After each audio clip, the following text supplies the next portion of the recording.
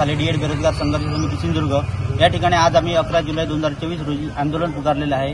गेले 2 वर्ष आम्ही या ठिकाणी सतत स्थानिकांना न्याय मिळवण्यासाठी भांडण करत आहोत, परंतु या ठिकाणी न्याय मिळालाच नाही। आज परजिल्ह्यातील शिक्षक या ठिकाणी 513 शिक्षक रुजू झालेले आहेत। 205 शिक्षकांना नियुक्त्या त्या ठिकाणी वेटिंग लिस्ट आहेत। त्यामुळे आज जर समजा स्थानिकांना जर न्याय मिळाला नाही, आज परजिल्ह्यातीलच जर शिक्षक जर इथे रुजू झाले तर आमचा त्या ठिकाणी हक्क नाहीसा होणार आहे। त्यामुळे आज आम्ही त्यासाठी आंदोलन ठेवलेलं आहे। जिल्हाधिकाऱ्यांची काही भेट वगैरे झाली आहे का आपली आतापर्यंत? जिल्हाधिकाऱ्यांना त्या ठिकाणी आम्ही निवेदन दिलेलं आहे आणि तशाप्रकारे आमची जी मागणी आहे ती त्यांच्यापर्यंत पोहोचवलेली आहे। क्षणाला बसलोय कारण आमची वयोमर्यादा संपत आली आहे आणि आता होणारी ही शिक्षक भरती आहे ती शेवटचीच भरती आहे, कारण ह्याच्यानंतर शिक्षक भरती होणार नाही आणि होणाऱ्या भरतीमध्ये आमची वयोमर्यादा संपत असल्यामुळे आम्हाला काय तिथे न्याय मिळणार नाही।